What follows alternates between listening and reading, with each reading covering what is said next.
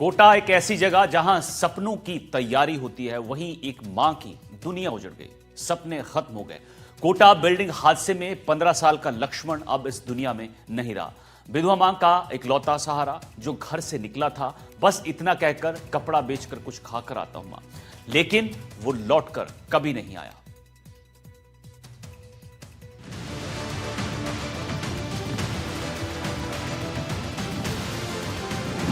कोटा में बिल्डिंग हादसा, मां ने खोया 15 साल का बेटा लक्ष्मण। उम्र महज 15 साल, पढ़ने लिखने के दिन थे, लेकिन हालात ने बचपन छीन लिया। 1.5 साल पहले उसके पिता की मौत हो चुकी थी। घर की जिम्मेदारी इन नन्हे कंधों पर आ गई थी। रेस्टोरेंट में काम करता था लक्ष्मण, दिन रात मेहनत ताकि मां का पेट खाली ना रहे। हादसे वाले दिन भी लक्ष्मण रोज की तरह घर से निकला, माँ से कहा, कपड़ा बेचकर घर वापस आया। उसके बाद ये कहकर निकला कि कुछ खा कर आता हूँ। माँ क्या जानती थी कि बेटे से ये उसकी आखिरी बात होगी। रेस्टोरेंट में खाना खा रहा लक्ष्मण, पास में चल रहे निर्माण कार्य ने एक पल में सब तबाह कर दिया। 3 मंजिला इमारत भर भरा कर ढह गई। कोटा शहर के केशवपुरा गुजराती कॉलोनी का रहने वाला है।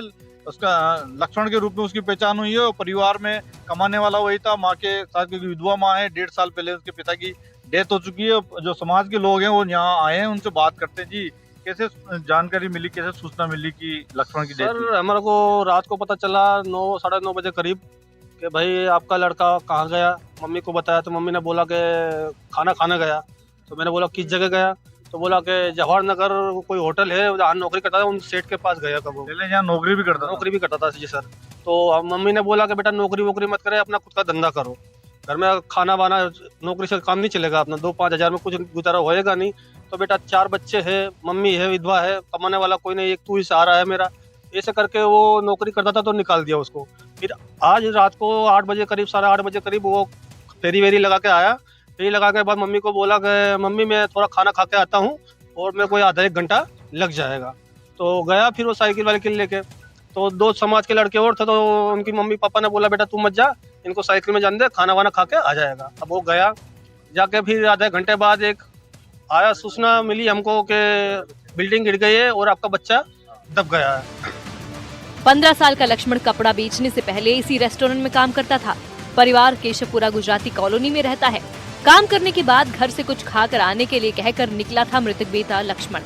गुजराती समाज के लोगों ने प्रशासन और सरकार से पीड़ित मां की आर्थिक मदद की मांग की है।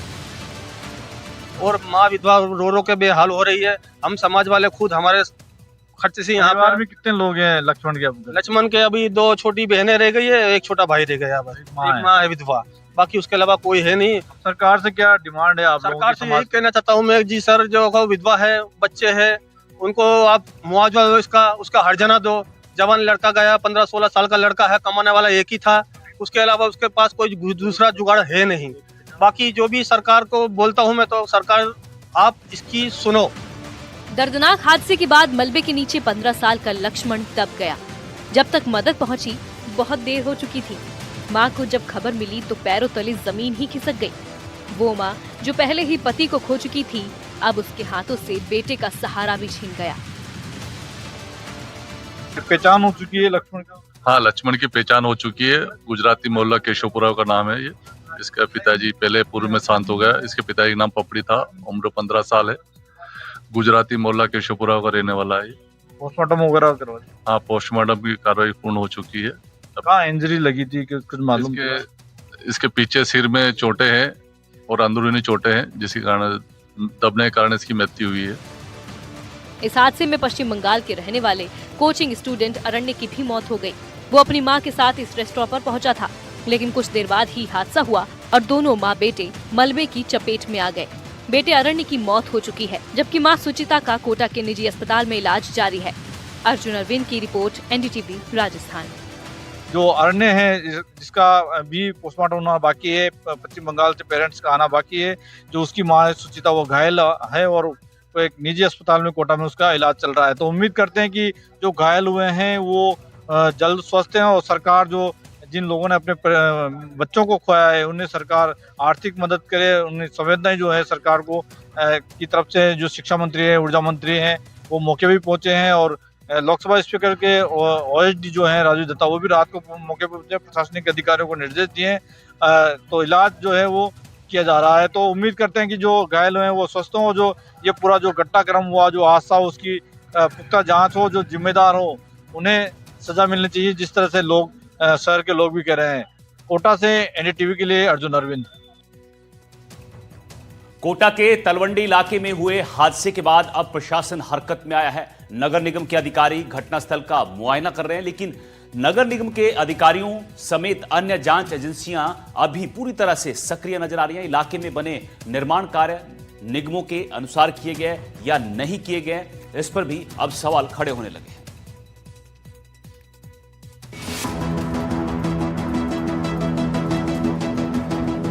FSL की टीम और निगम के कर्मचारी कोटा के तलवंडी इलाके में 3 मंजिला इमारत भर कर गिर गई, जिसमें मलबे में दबकर 2 लोगों की मौके पर मौत हो गई।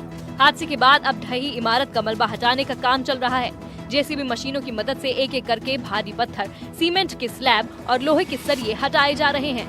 कोटा के तलवंडी इलाके में बीती रात एक बहुमंजिला इमारत के भरभरा के गिरने से जो है 2 लोगों की जो है ऑन स्पॉट मौत हो जाती है, जबकि अन्य जो घायल है उनका इलाज किया जा रहा है। हम इस वक्त जो है उसी जगह पर मौजूद है जहां पर बताया जा रहा है कि दिल्ली स्पाइस करके जो कह सकते हैं कि यहां पर एक रेस्टोरेंट संचालित किया जाता था, और इसके दूसरी ओर जहां पर निर्माण कार्य चल रहा था वो आप देख सकते हैं कि ये जो यहाँ पर रेस्टोरेंट देख सकते हैं, मुरादाबादी रेस्टोरेंट, अब्दुल मुरादाबादी रेस्टोरेंट जिसका नाम बताया जा रहा है। जब हादसा हुआ तो यहाँ पर ये रेस्टोरेंट चल रहा था, और जैसे ही हादसा होता है उसके बाद जो है उसी सिचुएशन में जो रेस्टोरेंट मालिक है उसको छोड़कर चला जाता है। और आप देखिए कि ये जो टीन शेड लगाए गए हैं ये टेम्परेरी टीन शेड लगाए गए हैं, और इसके जस्ट पीछे ही जो है भवन को जो यहाँ पर हटाने का काम है वो किया जा रहा था, और उसी दौरान जो है यहाँ पर घटना घटती है। मौके पर पुलिस, प्रशासन और नगर निगम की टीमें तैनात हैं। हर कोई ये जानने की कोशिश में है कि मलबे के नीचे कहीं कोई और तो नहीं दबा रह गया। ये उसका जीता जागता सबूत है। आप देख सकते हैं कि ये जो बिल्डिंग आप देख रहे हैं पूरी तरीके से जो है एक साइड झुकी हुई है, और वहाँ पर जो कह सकते हैं कभी भी ये हादसा हो सकता है। और इस बिल्डिंग के अंदर भी कई जगह पे जो बताया जा रहा है कि जब ये हादसा हुआ तो उसकी वजह से कई जगह दरार भी आई है, और जिसके कारण जो है इस भवन के अंदर जो भी स्टोर्स चलाए जा रहे थे, दुकान चलाई जा रही थी, वो अब बंद कर दी गई है। ये 9 के लगभग की बात है, और ये क्या मतलब एकदम पहले तो पत्थर आए थे, फिर और एकदम क्या धमाका हुआ लाइट का जैसा, तो मैं तो बग गया था यहाँ से। फिर क्या नाम है, फिर बाद में पता लगा भाई बिल्डिंग साइड की। फिर हम गए सारे को वहाँ पर, फिर उनको निकाला बाहर, जो दब रहे थे जो निकाल के दबे हुए थे उसमें 3 4 5 तो दब रहे थे अंदर तो कोई बाद में देखा नहीं। आपने भी निकाला था? हाँ, जो उनका जो सेट था ना वो कोने पे दब रहा था, जो उसको निकाला था। बहुत सारी SP वगैरह कलेक्टर साहब आ गए थे, लेकिन JCB बहुत लेट आई है। JCB पौन घंटे बाद आई है। JCB आ जाती पहले से, जैसे वो साधन तो आ गया था, लेकिन JCB का कारण था यहाँ पे, उस JCB बिना मलबा नहीं हट सकता। हादसे का शिकार हुई बिल्डिंग के पास जिस बिल्डिंग में निर्माण कार्य चल रहा था उसके मालिक के खिलाफ FIR दर्ज कर ली गई है। वहीं नजदीकी भवन मालिक ने NDTV से बातचीत में बताया कि निर्माण असुरक्षित तरीके से चल रहा था।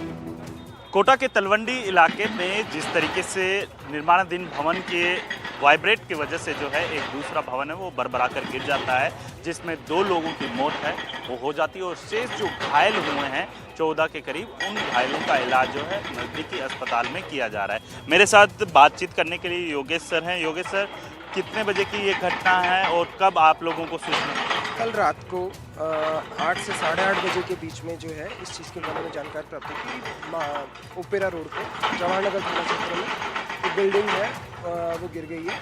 तो उसके पश्चात तुरंत प्रभाव से जो प्रशासन और पुलिस जो है वो एक्टिव होते हैं, और रेस्क्यू कार्य चलाया गया, और रेस्क्यू कार्य के अंदर 2 बॉडी जो है वो रिट्रीव की गई, और 9 अन्य घायल हैं उनको विभिन्न हॉस्पिटल में इलाज के लिए भिजवाया गया। अभी सर घायलों की स्थिति कैसी है, क्योंकि लगभग 14 के करीब जो है अन्य घायल हैं, उनका अस्पताल के अंदर इलाज चल रहा है? जो टोटल अभी तक जो जानकारी में आया था 9 घायल हैं। 9 में से कुछ घायलों को डिस्चार्ज किया जा चुका है, कुछ घायल अभी भी हॉस्पिटल्स में एडमिट है, जो कि विभिन्न हॉस्पिटल्स में एडमिट है। इमारत के गिरने के बाद से हर कोई दहशत में है। इमारत के मलबे के सैंपल इकट्ठा कर रहे हैं। सीमेंट की गुणवत्ता, लोहे की मजबूती और निर्माण में इस्तेमाल किए गए सामान की जांच की जा रही है। जांच का मकसद साफ है, क्या ये हादसा प्राकृतिक था या लापरवाही का नतीजा? एफएसएल की टीम मौके पर पहुंची हुई है, लगातार जो है हर पहलू की जांच करती हुई दिखाई दे रही है। और इसके साथ ही आप देखिए कि यहाँ पर अमूमन देखा जाता है कि काफ़ी संख्या के अंदर जो है यहाँ पर स्टूडेंट्स आते हैं और आप देखिए कि हर तरफ जो है यहाँ पर स्टूडेंट्स रहते हैं और इसी वजह से जो है हर जगह छोटे छोटे जो रेस्टोरेंट है वो यहाँ पर जो कह सकते हैं कि बने हुए हैं और उन्हीं रेस्टोरेंट की जो कह सकते हैं कि मेन जो उपभोक्ता रहते हैं वो यही स्टूडेंट्स रहते हैं और जो कि देश के अलग अलग इलाकों से यहाँ पर पहुँचे हुए हैं। नगर निगम, पुलिस और अन्य विभागों की लापरवाही ने 2 मासूम जिंदगियां निगल ली। अगर वक्त थोड़ा और खराब होता तो मरने वालों की संख्या कहीं ज्यादा भी हो सकती थी। वापस डबल मशीन लेकर आया वो, फिर जेसीबी भी लाया वो, मतलब वो काम को बहुत फास्ट कराना चाह रहा था। अभी इससे पहले जो इंटरव्यू था उसमें कुछ ठेकेदार का भी इंटरव्यू था, उसने ये डील कैंसिल कर दी थी, मतलब कि मैं